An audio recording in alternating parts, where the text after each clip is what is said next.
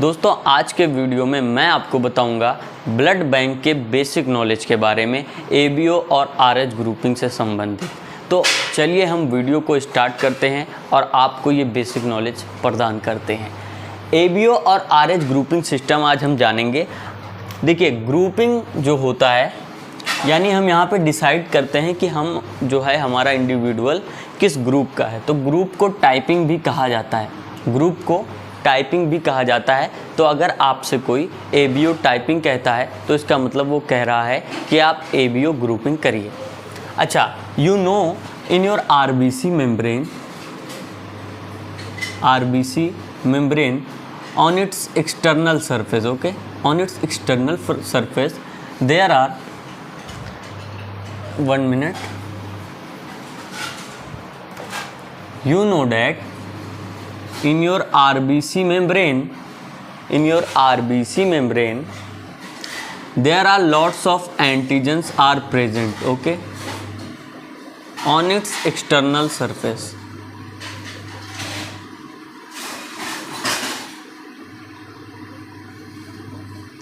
This is your RBC membrane. This is your RBC membrane. This line is membrane.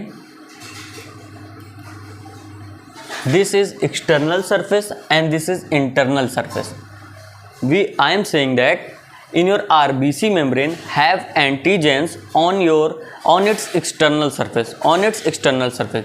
यानी कि external surface पे RBC membrane के antigens पाए जाते हैं। कौन कौन से एंटीजेंस पाए जाते हैं? आपने कह दिया एच एंटीजन पाया जाता है। सर क्या पाया जाता है? एच एंटीजन पाया जाता है। किसी ने कहा ए एंटीजन पाया जाता है, किसी ने कह दिया बी एंटीजन भी पाया जाता है, फिर किसी ने कहा सर डी एंटीजन भी पाया जाता है, मैंने पढ़ा है। ठीक है, मैंने कह दिया और भी एंटीजन पाए जाते हैं।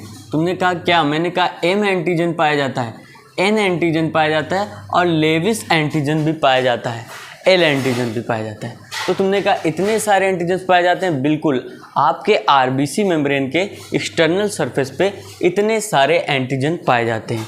ये सभी एंटीजेंस यूनिक होते हैं, ये सभी एंटीजेंस यूनिक होते हैं हर एक व्यक्ति के लिए।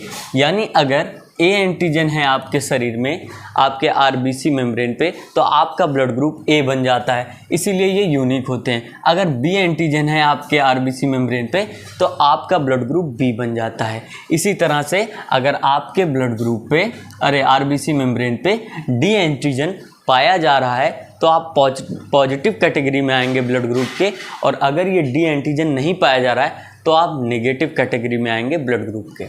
तो ये एंटीजन यूनिक होते हैं।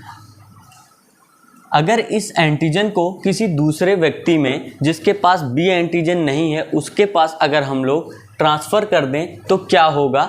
ये जो हमारा बी एंटीजन है, मान लेते हैं इसको अगर हम किसी ए एंटीजन वाले यानी कि ए ब्लड ग्रुप वाले व्यक्ति में ट्रांसफ़र करेंगे तो ये बी एंटीजन इस ए के लिए फॉरेन पार्टिकल बन जाएगा। क्या बनेगा? फॉरेन पार्टिकल बन जाएगा।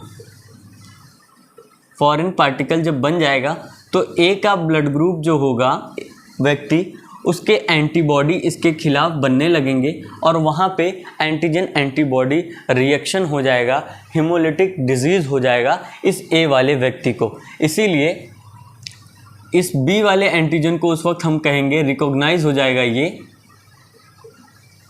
Foreign particles. क्या हो जाएगा? Foreign particles. If transfuse to another individual.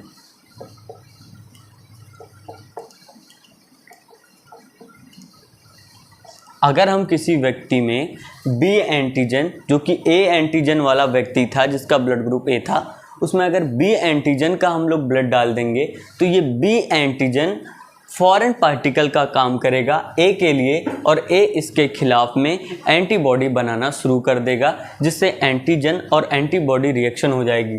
ठीक है, तो वही मैंने लिखा है कि recognise as a foreign particles if transfer या ट्रांसफ्यूज टू अनदर इंडिविजुअल्स। अगर हम किसी एंटीजेंस को किसी दूसरे व्यक्ति में जो सेम ब्लड ग्रुप का ना हो, अगर उसमें हम ट्रांसफ़र कर देंगे तो ये जो ब्लड हमने ट्रांसफ़र किया होगा जिस भी एंटीजन्स का, मान लीजिए बी एंटीजन का, तो ये बी एंटीजन उस आदमी के लिए फॉरेन पार्टिकल का काम करेगा। ठीक, ये आप जान गए। अब मैं आपको बता रहा हूँ, ये इम्पॉर्टेंट है, इसको आप लोग लिख लीजिएगा।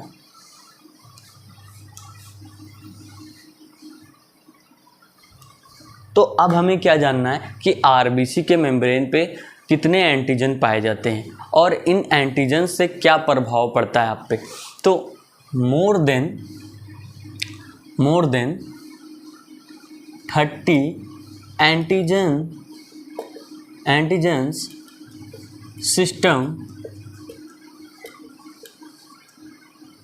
Antigens system discovered. अभी तक 30 से ज़्यादा एंटीजन को खोजा जा चुका है जो आपकी आरबीसी के मेम्ब्रेन पे पाए जाते हैं। इन 30 से ज़्यादा एंटीजन सिस्टम को दो बड़े कैटेगरी में डिवाइड करते हैं। More than 30 antigen system is now discovered and these antigen system, more than 30 antigen system are classified into 2 broad categories. First is major blood group system,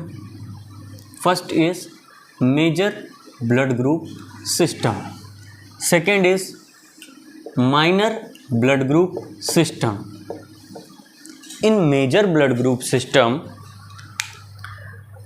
there is only 2 blood group system. First is ABO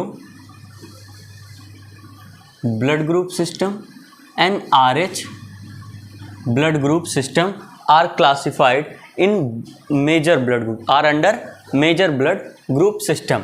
And in minor blood group system there are KID, Cal, Duffy, Lewis and M and N blood group system. MN blood group system, M.N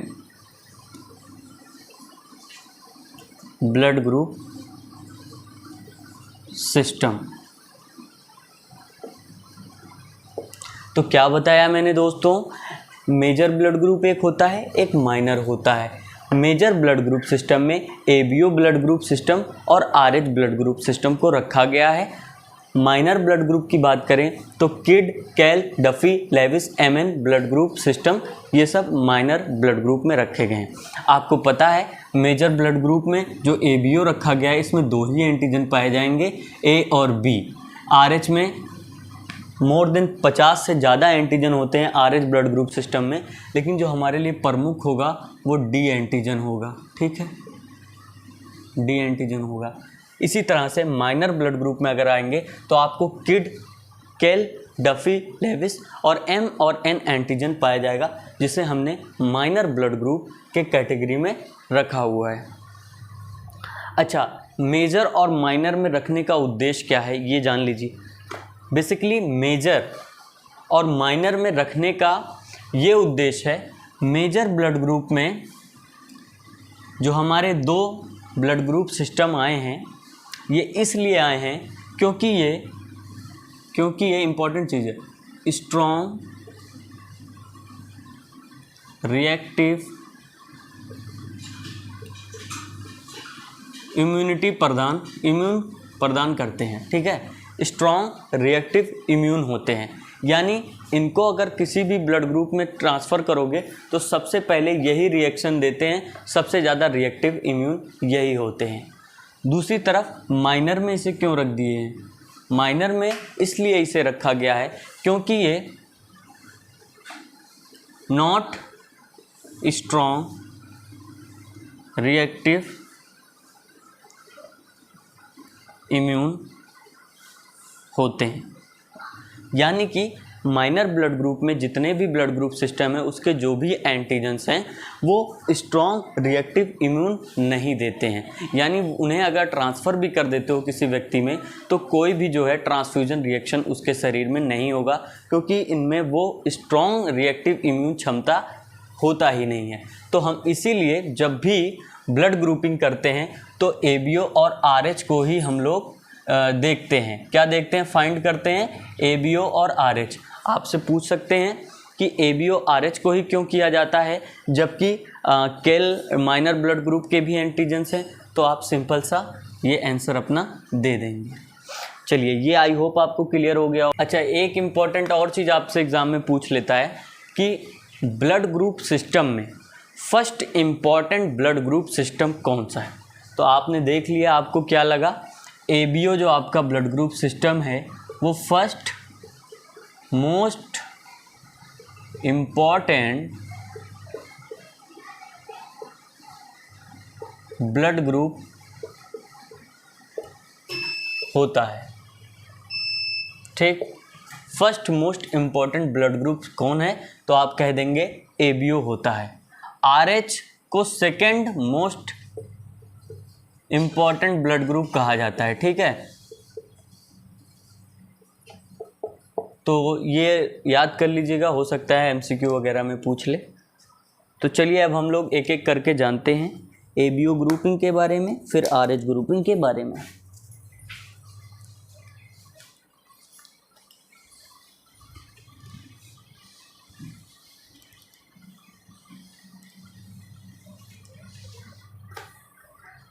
now अब हम बात करेंगे ABO grouping के बारे में, blood group system के बारे में। ठीक है, ABO ब्लड ग्रुप सिस्टम के बारे में।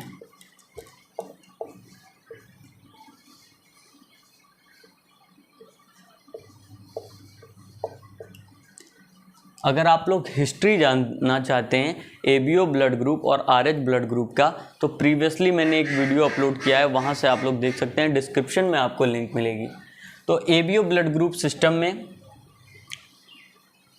क्या होता है कि 1900 यानी कि 19 से पहले क्या होता था, लोग जो है जानवरों से भी ब्लड चढ़ा लेते थे खुद में, तो वहाँ पे डेथ का ऑकरेंस बहुत ज़्यादा था। उसके बाद कार्ल एंड स्टीनर महोदय आते हैं। कौन आता है? कार्ल एंड स्टीनर महोदय।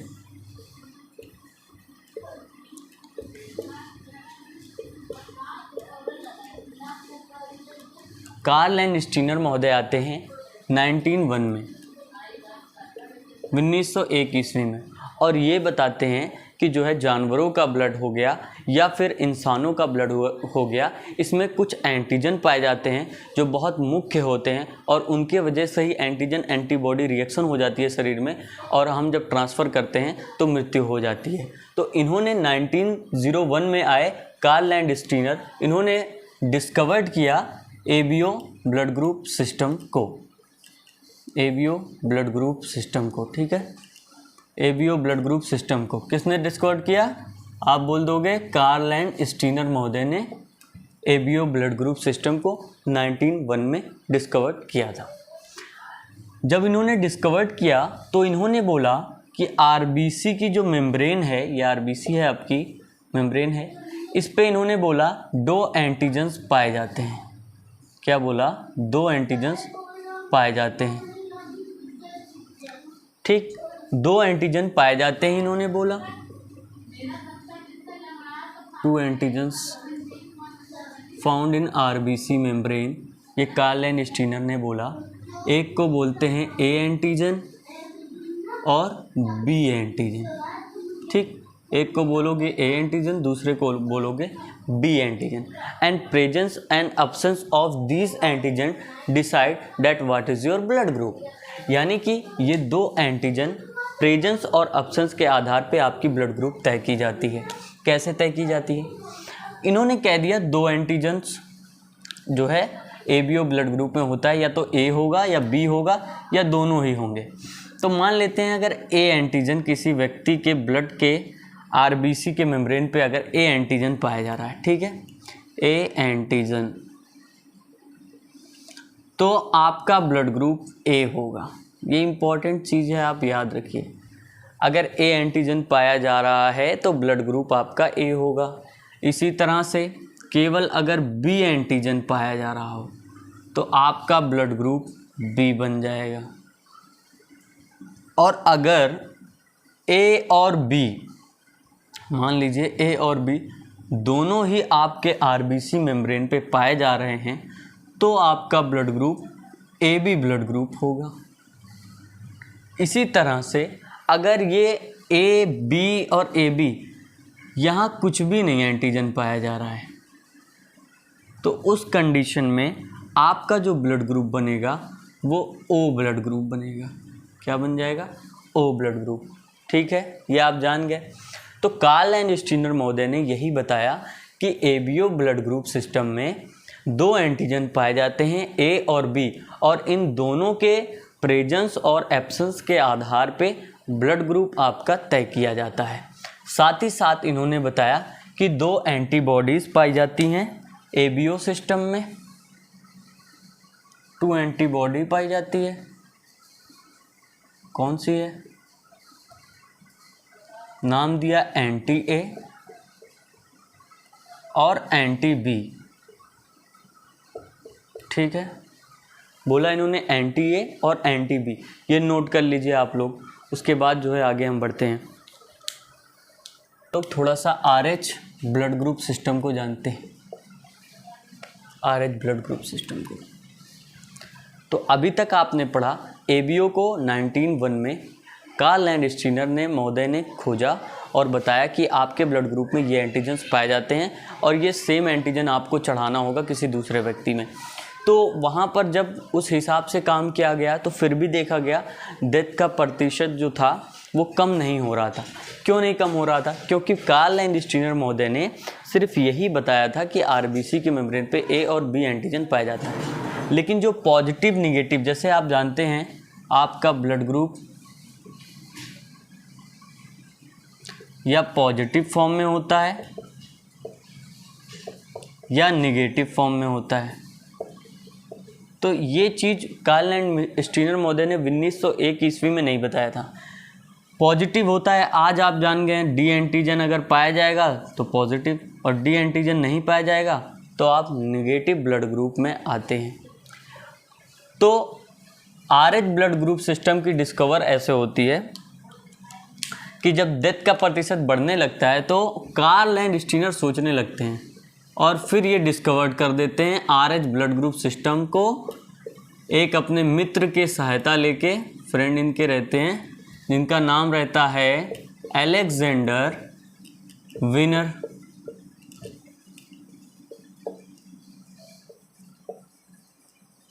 नाइनटीन 1940 में। तो आपसे क्वेश्चन आता है आरएच ब्लड ग्रुप सिस्टम को किसने डिस्कवर किया था? तो आप कहेंगे कार्ल एंड स्टीनर और अलेक्जेंडर विनर ने 1940 में डिस्कवर्ड किया था। डिस्कवर जब किया तो इन्होंने बताया कि आरएच ब्लड ग्रुप सिस्टम में मोर देन 50 एंटीजन्स पाए जाते हैं। मोर देन 50 एंटीजन्स पाए जाते हैं। इन मोर देन 50 एंटीजन्स में मेन जो एंटीजन होता है वो हमारा डी एंटीजन होता है, और प्रेजेंस और अब्सेंस ऑफ डी एंटीजन्स यही डिसाइड करता है कि आपका ब्लड ग्रुप पॉजिटिव फॉर्म में है या निगेटिव फॉर्म में है। डी एंटीजन के प्रेजेंस से आप ब्लड ग्रुप पॉजिटिव हो जाएगा और अब्सेंस से आपका ब्लड ग्रुप निगेटिव हो जाएगा। क्लियर हो गया? तो 50 एंटीजन से ज़्यादा होते हैं आरएच ब्लड ग्रुप सिस्टम में। डी एंटीजन मेन होता है और इसी को हम लोग फाइंड करते हैं, और जो भी ब्लड ग्रुप होता है, जैसे ए है, ए के साथ अगर डी भी मिल रहा है एंटीजन तो ए पॉजिटिव हो गए। डी एंटीजन अगर उसके ब्लड में नहीं मिल रहा है तो आप ए निगेटिव हो जाओगे। इस बात को आप लोग समझ गए होंगे। जैसे मान लीजिए किसी का ब्लड ग्रुप ए था, तो इसका मतलब ये हुआ कि इसके आरबीसी के मेम्ब्रेन पे ए एंटीजन पाया होगा, तभी इसका ब्लड ग्रुप ए हुआ। अब अगर ए के साथ डी एंटीजन आ जाए, यहाँ मैंने ऊपर रख दिया है, मान लीजिए ए था, अब ए के साथ अगर डी एंटीजन आ जाए, तब आप कहोगे ए था तो ब्लड ग्रुप हुआ ए और डी डी भी जो है एंटीजन मौजूद है, इसीलिए ये ए पॉजिटिव हो गया। अब मैंने कह दिया कि ए एंटीजन आपके आरबीसी मेम्ब्रेन पे है लेकिन डी एंटीजन नहीं है, तो आप कहेंगे तब ब्लड ग्रुप बनेगा ए निगेटिव का। ठीक है, ए निगेटिव का, ये कट है नहीं है। ठीक है, डी एंटीजन नहीं होगा। तो डी एंटीजन प्रेजेंस और absence decide that what is your blood group. और अन्य ब्लड ग्रुप क्या होते हैं एंटीजन इसमें?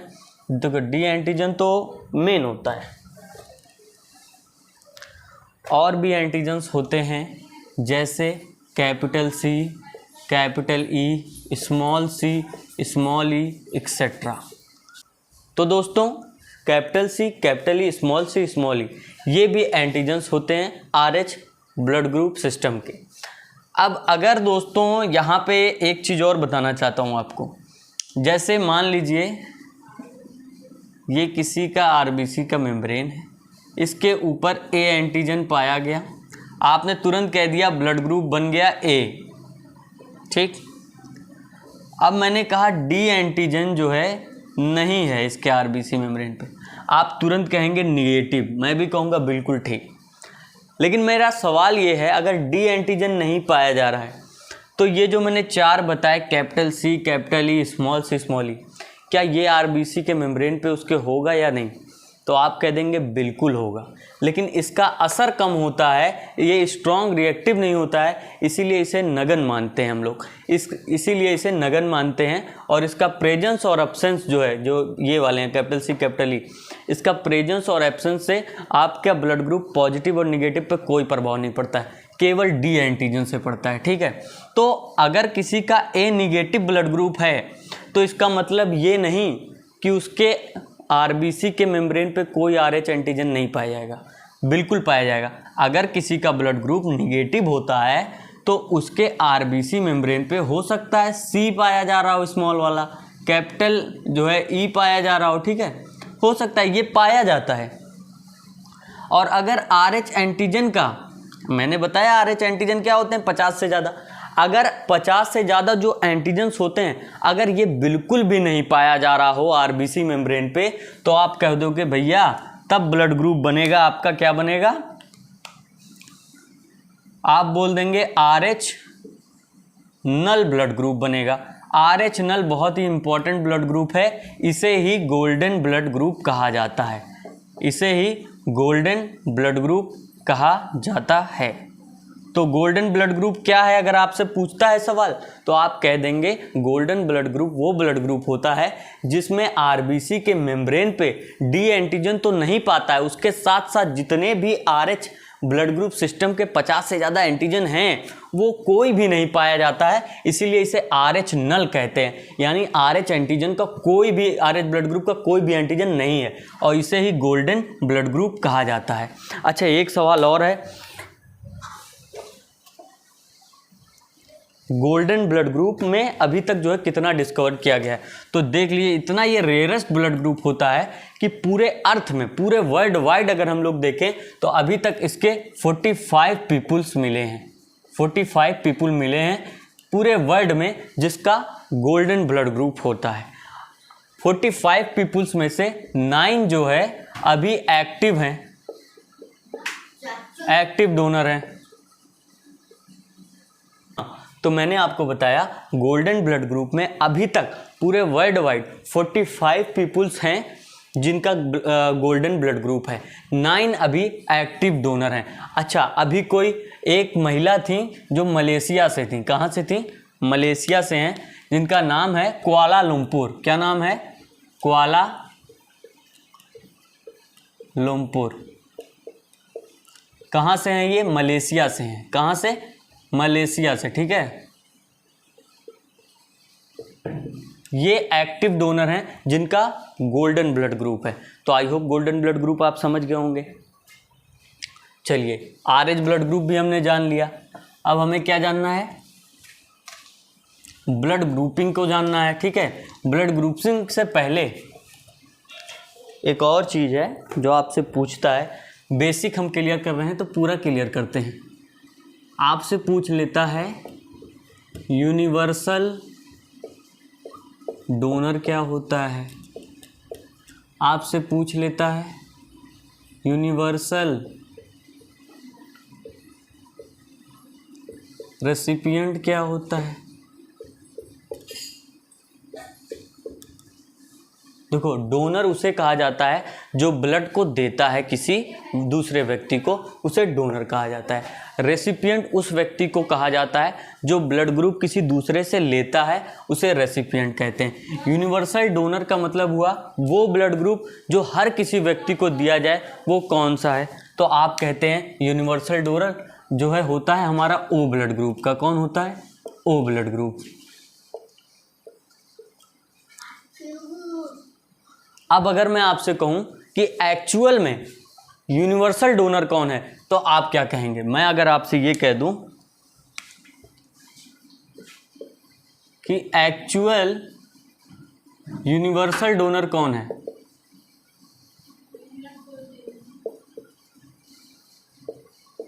तब आपका क्या जवाब होगा? तब आप कहेंगे एक्चुअल में यूनिवर्सल जो डोनर होगा वो ए नेगेटिव होता है। सर क्या होता है? ए नेगेटिव होता है। मैं कहूँगा ए नेगेटिव ही क्यों, ओ पॉजिटिव क्यों नहीं?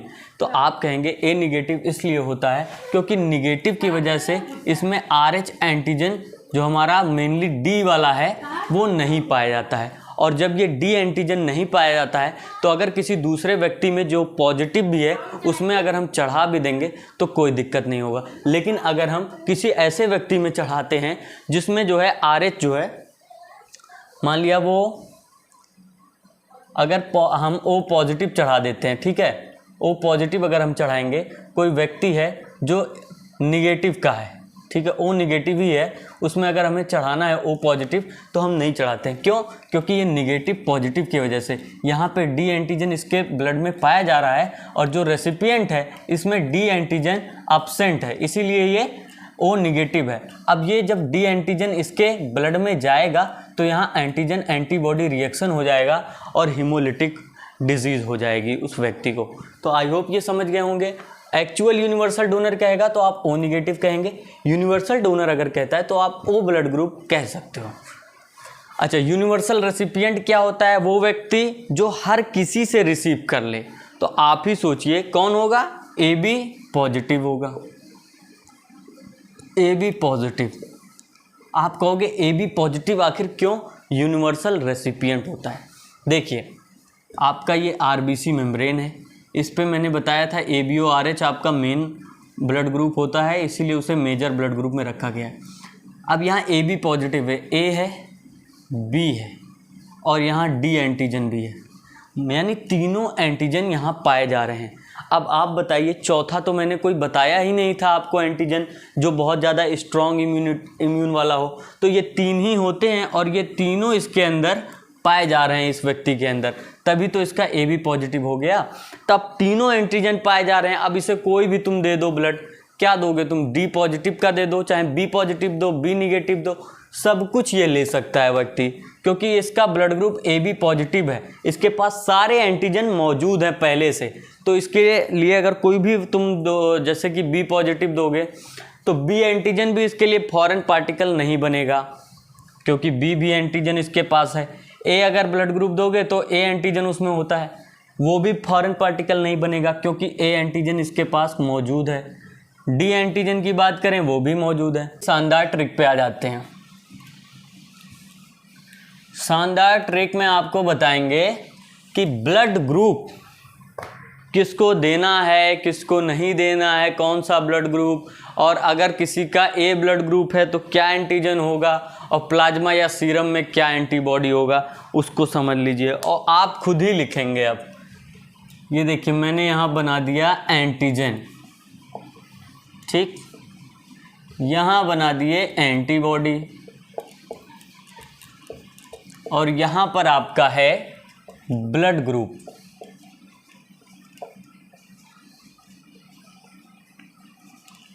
ठीक, इसको कैटेगरी में बांट दिए हम बोले ऐसे करके आप बांट दीजिए, आपने कहा ठीक है।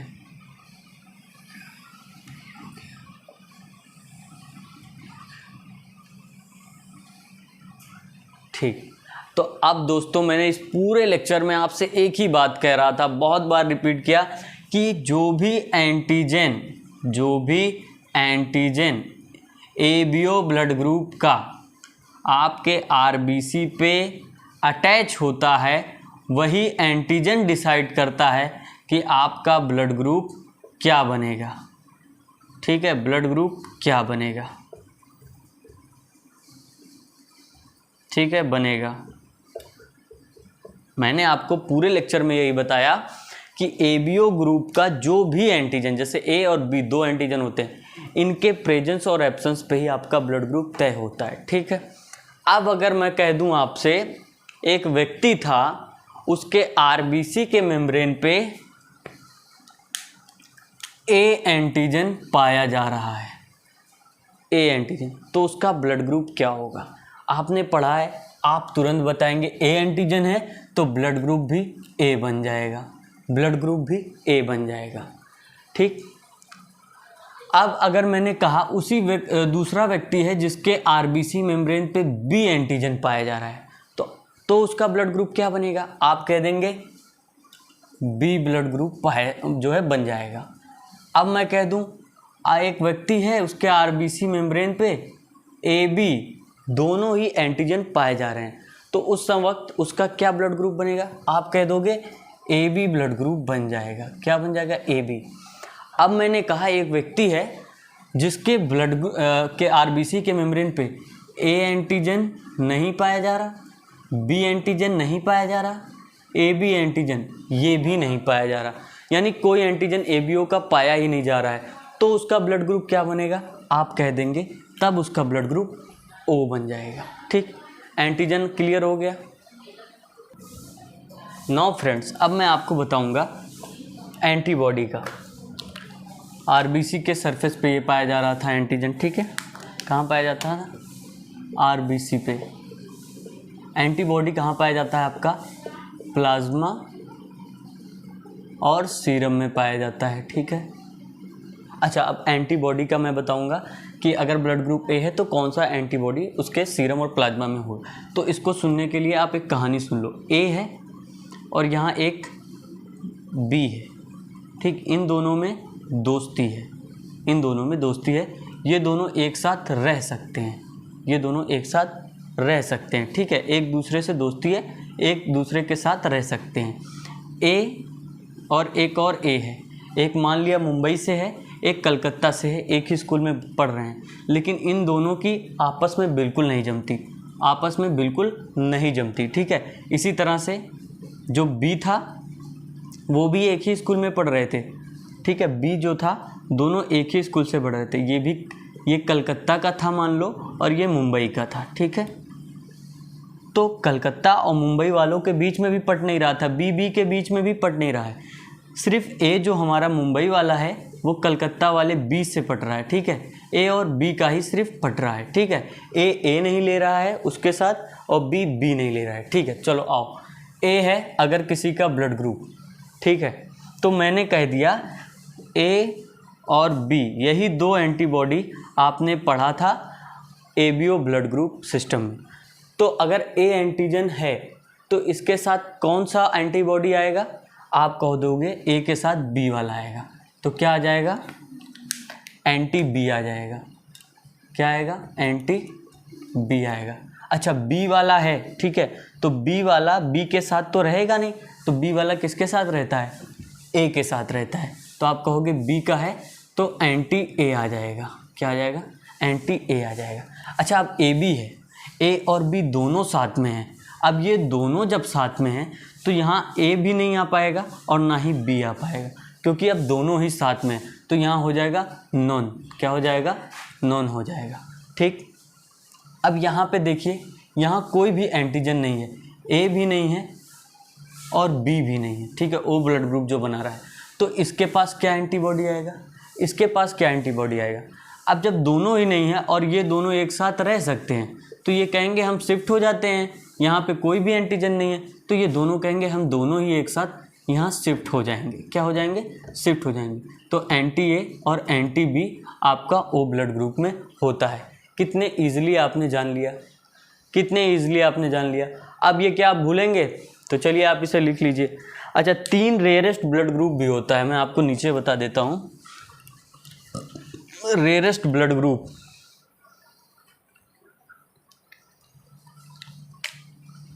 अगर आपसे पूछते हैं रेयरेस्ट ब्लड ग्रुप के बारे में, रेयरेस्ट ब्लड ग्रुप क्या है, तो आप कहोगे सर 3 होता है। कौन कौन से होते हैं? आप बोल दोगे एक RH नल होता है जिसे आपने बताया था, दूसरा नाम है गोल्डन ब्लड, इसको तो मैंने बता ही दिया था। दूसरी चीज़ अगर हम कहें तो AB निगेटिव होता है। क्या होता है? AB निगेटिव होता है, रेयरेस्ट ब्लड ग्रुप। और तीसरा अगर हम बात करें तो बॉम्बे ब्लड ग्रुप होता है। क्या होता है? Bombay blood group.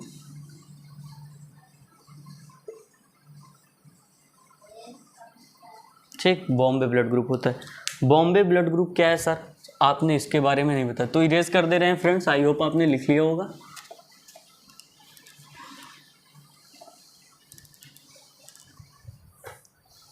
ठीक, गोल्डन ब्लड भी कहा जाता है। अच्छा, बॉम्बे ब्लड ग्रुप बता रहे हैं आपको। ठीक,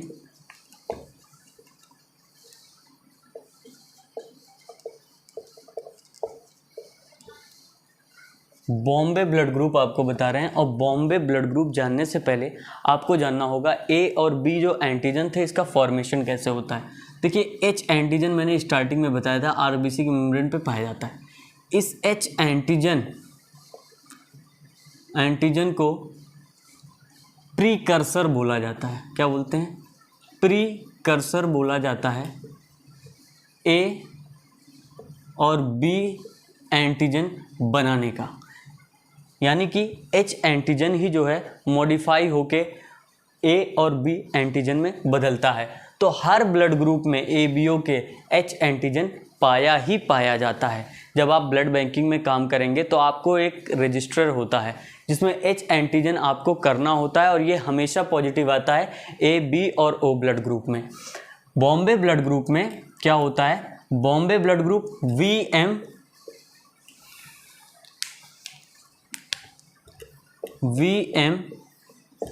भिंदी 1952 ईस्वी में डिस्कवर करते हैं मुंबई में। कहाँ पे? मुंबई में डिस्कवर करते हैं 1952 ईस्वी में VM भिंदी। ठीक है, मुंबई में करते हैं, इसीलिए इसे बॉम्बे ब्लड ग्रुप का नाम दिया गया है। इस ब्लड ग्रुप में H एंटीजन नहीं पाया जाता है RBC मेम्ब्रेन पे। H एंटीजन RBC पर नहीं पाया जाता है। तो सीरम में क्या पाया जाएगा? सीरम में इसमें सिर्फ एंटी H पाया जाता है, एंटी H पाया जाता है। ठीक है, और अगर हम A, B, O blood group की बात करें तो उसमें H एंटीजन जो है पाया जाता है, H एंटीजन पाया जाता है। ठीक, और इसमें नहीं पाया जाता है बॉम्बे ब्लड ग्रुप में H एंटीजन। तो ये पूरी वीडियो थी ब्लड ग्रुप के बारे में। तो आपको अगर ये वीडियो में कोई भी जो है सवाल है तो आप हमें कमेंट करके पूछ सकते हैं, और वीडियो अच्छी लगी हो तो लाइक करिए, सब्सक्राइब करिए। धन्यवाद।